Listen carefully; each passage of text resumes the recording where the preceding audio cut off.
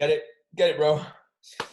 Right, guys. So today's podcast is going to be myself and Josh talking about the importance of weightlifting, mobility for weightlifting, and basically training in general. And we're going to discuss a couple of things around the name of the podcast, stuff like that.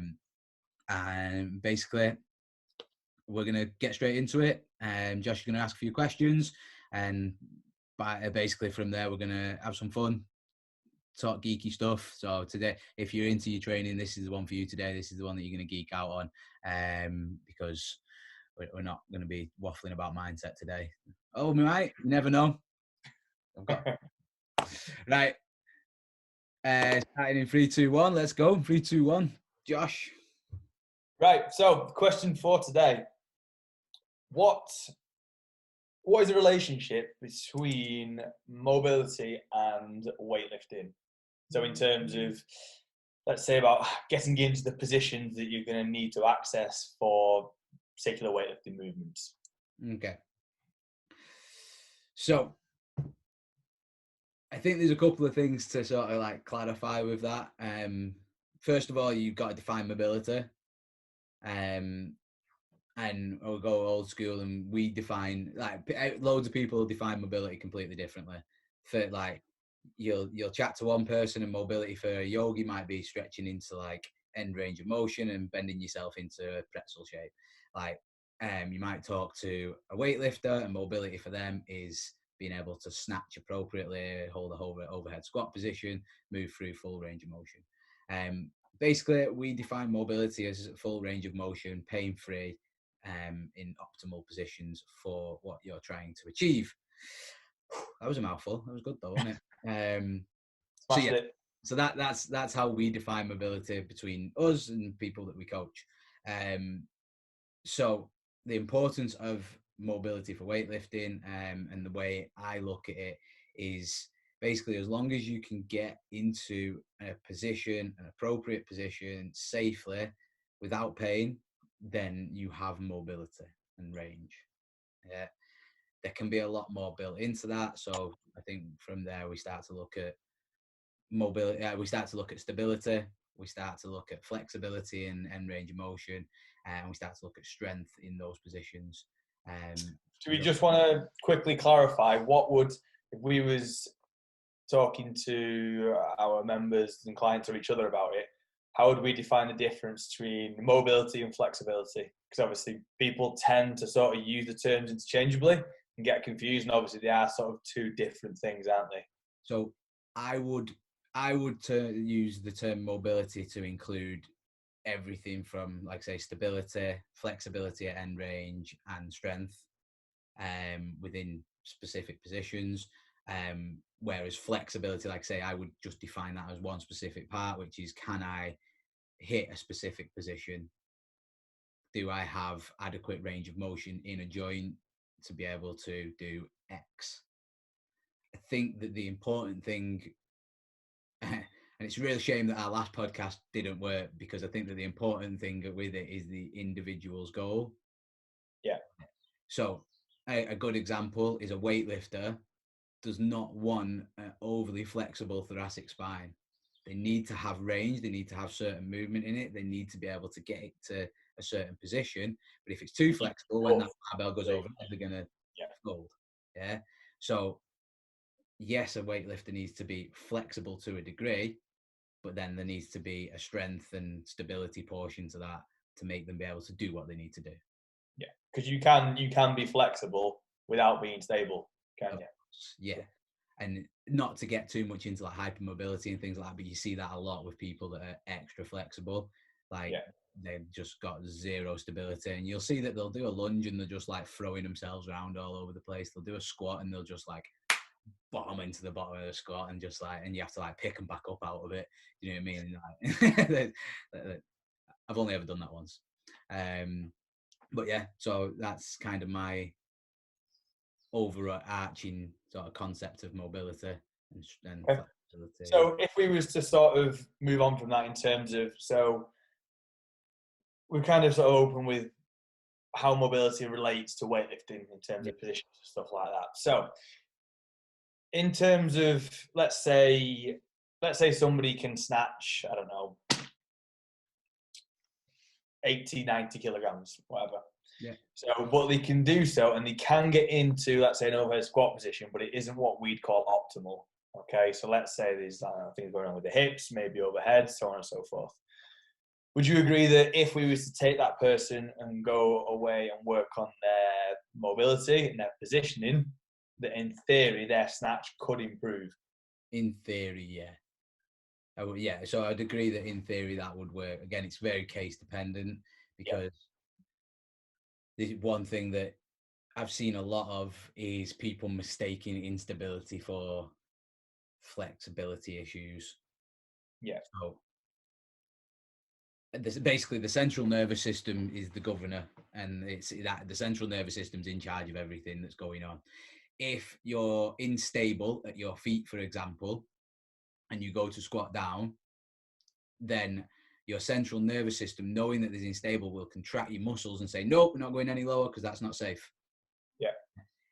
It might be safe, it might not be safe. Again, that's like case dependent, and I don't want anybody to go away and like do anything daft. But you would look at that person and say they are inflexible. Yeah. But they're not. Yeah.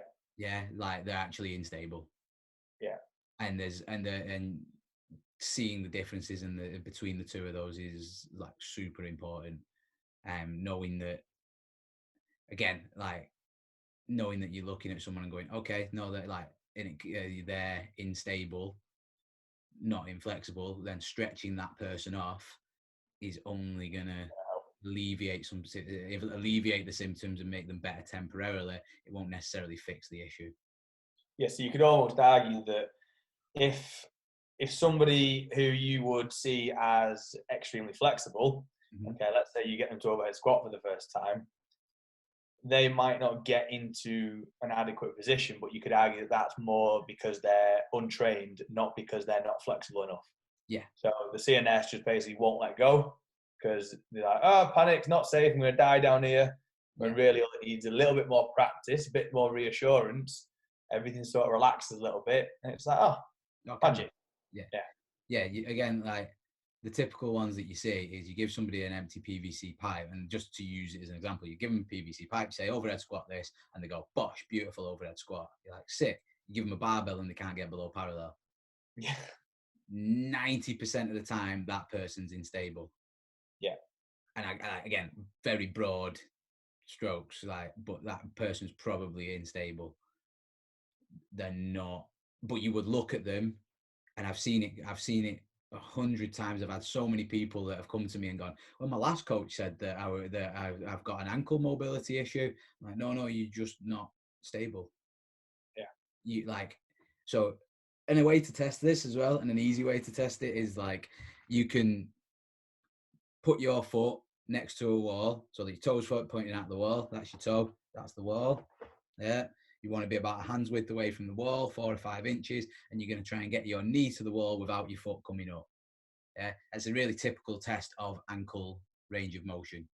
Yeah. A dorsiflexion. If you can get your knee to the wall while keeping your ankle down, you don't have an ankle mobility issue. Yeah. And again, there's more that you can look at, but it's really common that people come to you and go, well, I've got ankle mobility issues, because you see that they keep a vertical shin when they squat. And no, it's just that there's either a movement pattern where they've hammered it and done it wrong, for somebody's taught them the wrong movement for a really long time, or they're actually unstable and their body's saying like, whoa, don't go any lower, that could be dangerous. Yeah. So if almost like a bit of a takeaway for somebody, if you're trying to improve your catch position, your snatch, so let's say the overhead squat, because it's the easiest one to think about, it would almost be worth, rather than going, okay, either can I or can't I get into that position with a barbell, so for example, you'd probably say that first things first, test that you can achieve range of motion in all the different joints at different times. Yeah. Without being under load. So, for example, the dorsiflexion test, things like that. Obviously, can you open your hips? Can you go overhead? And then once you've got or once you know that you've got range of motion around those particular joints, then look at putting it all together. Yeah, definitely. Like, and it's basically coaching 101, isn't it? Test first. Like, Yeah. don't put somebody under load until you know that they've got range of motion without. And then if you see a difference when they're under load, then you got to take a step back because there's something else going on, and they probably shouldn't be throwing barbells over their head. Yeah. Like, if somebody's listening to this as a coach and they're throwing people under that and going, right, all right, okay, so you can't, I don't know, you can do an overhead squat without a bar, but then when you get the bar, it looks like shit.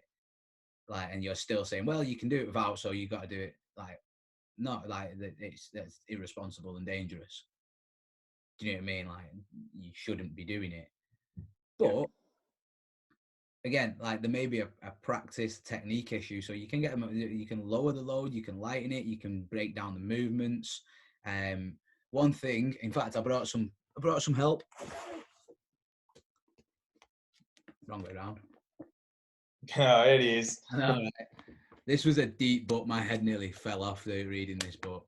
But one thing that's really good with Quinn Hennick's book is they break movements down into really small parts, but very specific towards weightlifting. Which is why I grabbed the book out in case Josh asked me something that I didn't know the answer to. I was like, yeah, he's not catching me out, motherfucker. Not under that bus today. Yeah, he's not throwing me under it. I've got everything ready. And I've also, if you need an easier read, excellent book. Yeah. Excellent book. If you need an easier read that's got more take homes from it for everyday life, the squat. In fact, no, fuck that. If you can read, you go and read that book. Yeah. If you any form of training, read that book. Go read it. Yeah, it is good. But yeah, so where was I going with that? I've completely forgot. But yeah, so it's specific to breaking down movements for weightlifting. You want to keep it as specific as possible to the movement that you're trying to achieve. And that's the main thing. When we're talking about, like, if you're training to snatch, we keep using the snatch as an example because it's a very mobility demanding movement. You've got to have good end range of motion. If you're trying to snatch and you don't have stability, or you don't have flexibility, or you don't X, Y, Z, you might not have the strength to do it, then keeping the movement as close to the snatch as possible should be what you're trying to achieve. So example being, you might not have the flexibility to overhead squat. How close can you get to that overhead squat while breaking down and still challenging, say, your flexibility or your strength? Would be the goal. So keep it relevant. Yeah. As much as possible. And the example being, I can't overhead squat with a PVC pipe. So I get PVC pipe over my head, try and squat it, can't do it. But could you do an overhead, like an overhead lunge with a narrow stance? Where could you do maybe a dropped lunge so that your foot's elevated and you're dropping down and you're actually dropping below parallel? Can you do that with the PVC pipe overhead? Yeah. Okay, sick. So that's what you're going to do, because that's going to challenge and be most relative to what you can do. And my favorite thing to do with people is go and find, like, disappear off and like coming up with a new mobility or new drill. And it's never new. Somebody else has always come up with it first. But like, look at what they're doing and say, okay, what's the most relative to them? Yeah. Like, that's the stuff that when I'm coaching, I'm like, yeah, this is sick, because I'm coming up with something so specific to them for what their goal is. And then, like, right. It also has to be adequate, doesn't it? So like, you can almost go like the opposite way. So the example I always sort of sticks with me is, I can no longer do the mid splits. Yeah. But I'd also argue now that the bottom of my snatch is better in terms of position than it was a couple of years ago. So you could argue I've lost a little bit of end range of motion, but it isn't specific to weightlifting, and it's not specific to the snatch. And therefore, it's actually improved it. Yeah, exactly. Yeah. Like, do you need to be able to do the mid splits to do a snatch? No. Probably not. To a certain degree, it can help, but not at that specific end range. Yeah, so let's use another example. If you're an Olympic gymnast, you need to be able to do the mid splits. Yeah. The end. Yeah. Like there's no discussing it. You have to be able to do that. Yeah. So we don't train that out. Do you know what I mean? And I think we're using a lot of sport specific sort of analogies, but I think if we was to take it right back, is let's talk about a deadlift where you're picking a child up off the floor. Yeah. If you don't have the ability to maintain a neutral spine, hinge at the hip, and pick something up off the floor, then like we could just look at something as simple as that and like, do I have the hamstring length and flexibility, stability and control to do this while I pick something up? Yeah. You know what I mean? Like, if that's your specific goal, to be able to play with your kids, pick them up, run around with them, then it's still equally as important. It's just the demand is a lot lower. Yeah. What is it? Greg Glassman says it's something like the difference between an elite athlete and a normal person is that we differ in our needs differ in kind, not in. I can't remember. I can't remember. Yeah. Butchering the quote, but yeah, Yeah. we'll find. Yeah, we don't do. We differ by how much we need something, not by what we need. Yeah. Again, look at me throwing CrossFit quotes out there. Best day for you, Dana. Right. Do you want to just quickly throw the takeaways for people then? Just give us 3 takeaways that we've just talked about. So. Okay, so I think we first of all, like, I probably didn't get as deep into the subject as we wanted to, just because we were trying to make sure people, I was trying to make sure people understood the difference between mobility and what it encompassed. So I think the main takeaway is be specific to what you're trying to achieve and look for the 3 main key pillars of mobility that are highlighted. There is others, people will talk about other stuff, but they're the 3 that we use and focus on. Another one that we've got to talk about when we get deeper into it is like imbalances between different left and right and forward and back. But again, so main takeaways, basically, I forgot what I was saying. Specific, understand mobility and what it encompasses. And I think just, again, like the third one would be do your research and know what you're after. Like, don't just go and stretch. Yeah. Doing mobility. Like, if somebody tells you that doing your mobility work is lying on a foam roller and stretching, boot them and go and find a decent coach. Because a lot more to it than that. Yeah. And you don't necessarily have to understand that there's a lot more to it than that. Like, there's nothing wrong with foam rolling either. It's just that's not what mobility. That's not the whole thing, is it? No. If somebody just gives you a foam roller because you need mobility work, or somebody just says go and stretch, you're looking at a very small piece of the puzzle. Yeah. You as an athlete, you probably don't need to understand it in detail, but as you should have a coach or somebody who understands the differences of these things and can allow you to and progress you appropriately through progressions to get you where you want to be.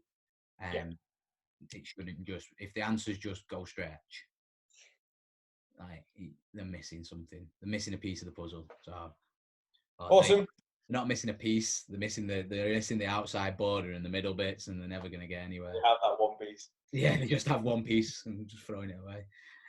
Right. Yeah. Okay, cool. So, next one, we'll have to be quick on this. What are we calling the podcast? Oof, I don't know. I like AgogeTV. That's my go-to one. That. Hang on. Google's gegging in. Google's gegging in. Yeah, go away, Google. She's like, I didn't understand that question. Why does Google get involved when you don't talk to her? She loves it. She loves it. Yeah. Right. So, what do you say? AgogeTV. I tell you what. Let me reel off the ones that we come up with and that our group of members come up with. Okay. So we've got the ones I come up with initially were LS Talking Fitness. Definitely stole from Talking Elite Fitness. My bad. I'm blind. I like the podcast. It's good. Agoge answers. Emma said Phill and Josh waffle, which is probably appropriate, but I think Sounds today was like more a just. guy, doesn't it? No, we're not having that one. I think today was more just Phill waffle though. So Wadcast. I can't use that one. I'm pretty sure there's the Wadcast podcast. Crossword. That sounds like we're going to be doing a word search, done it or something. So the No Flab Lab. Wow, who is that? I always carry that. Our resident marketing genius. Excellent. Fitness junkies. What a load of shite. I like that one. I like that one as well. And then I think you come up with a couple more. The What a Load of Shite was actually my favourite, but I don't think we can use that one. Bill and Ben, the fitness men. LSTV and Little Lantern Deck. I'm pretty sure there's already a Little Lantern Deck, so we can't use that one. Yeah, we can't have that. So they're the suggestions that we had. And then we also, before the podcast, discussed the option of AgogeTV because we liked LSTV. So yeah, they're our options. They're what people have come up with for us. I like AgogeTV because it stays on brand, and I do as well. Yeah, and it can be shortened to AGTV. AGTV, AgTV. Yeah, You're not a Gog or a Go-Go. Go. Will be a Go-Go TV. AgogeTV. Agoge. TV. Which one would you like? Hey Google, stop. Why does that even happen? I don't know. Didn't even summon her. Okay, right. So there are options, and are we going to decide by the next podcast? Yeah, we'll have a decision. Yeah, we'll have a decision by then for sure. Right. So, final little bit to wrap it up. I have 3 questions for you. Cool. Shoot. Okay. Question number 1: if you had to play any role in any film, what would it be? So, any sort of character out of, I don't know, it can be a TV series, a film, whatever you want. So, like, what people don't know is we had a podcast that failed miserably, and I already answered this question. And my first answer when I thought about it then was Neo, and I was like, Neo's sick. Like, just the ability to be able to do everything that he can do. I'm like, that's in the Matrix. Just to clarify for like people who haven't seen the Matrix. Yeah, I don't think that does watch the Matrix. Who's not watched it? Yes, we got to sack that lad. I might be wrong with that, but I'm pretty sure he hasn't. I don't think he has, Emma's not watched it. It's on my list to make her watch it. Useless. Although that's the last thing we're going to talk about. We're going to talk about film, or we'll come back to it. I'll ask you, don't we? Yeah, so that was my first answer, right? But then I watched Bad Boys last night, and I was like, I want to be as cool as Mike Lowry. just want to be that cool. Okay, that seems fair. So yeah, Mike Lowry it is. Right, okay. If you had to move to another country to live there, what country would it be?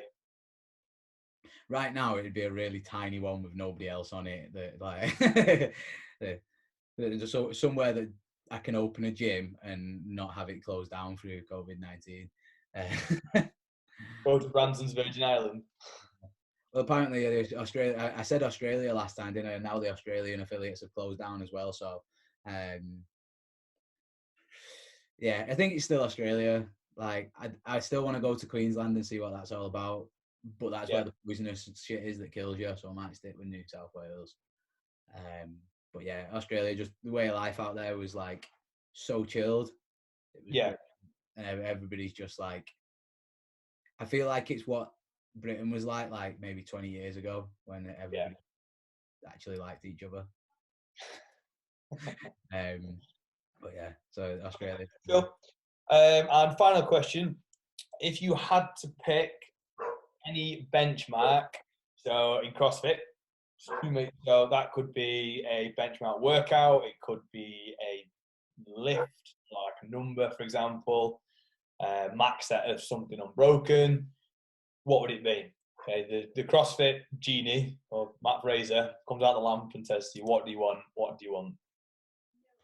So my first thought on that, because of the benefits they would like encompass, would be like a heavy race or a heavy cluster or something like that, 30 reps 4 time at 100 kilograms. Because if you can do that in 3 minutes, then you're effectively going to the games in some capacity, assuming you can muscle up and stuff as well. But like something like that, that's my first thought. Like heavy. You're a monster.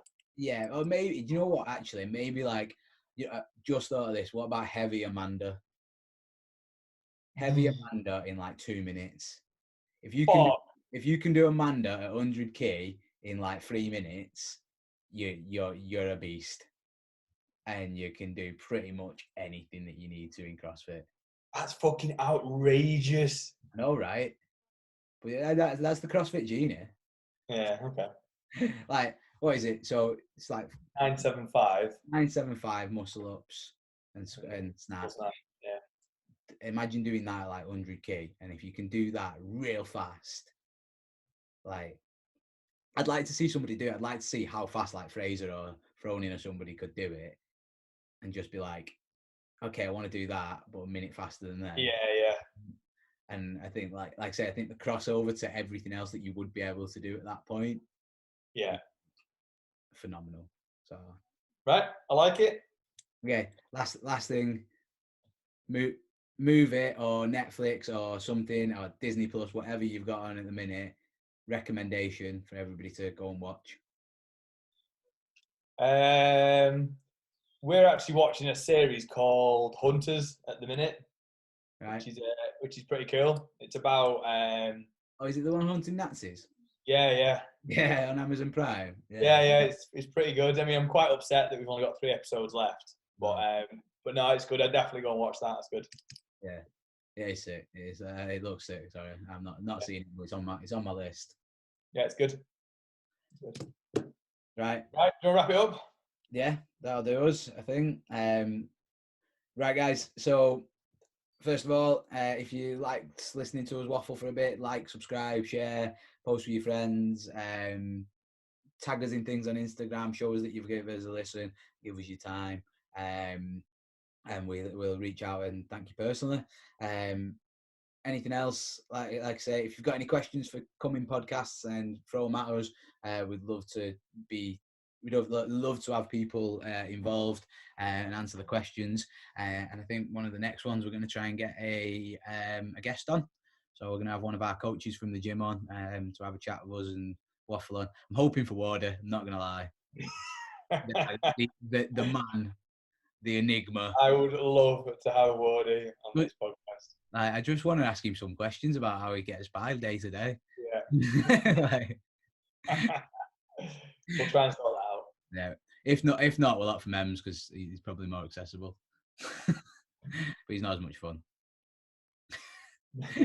He'll never listen to it, so I can say what I want. Right. I think that'll do us.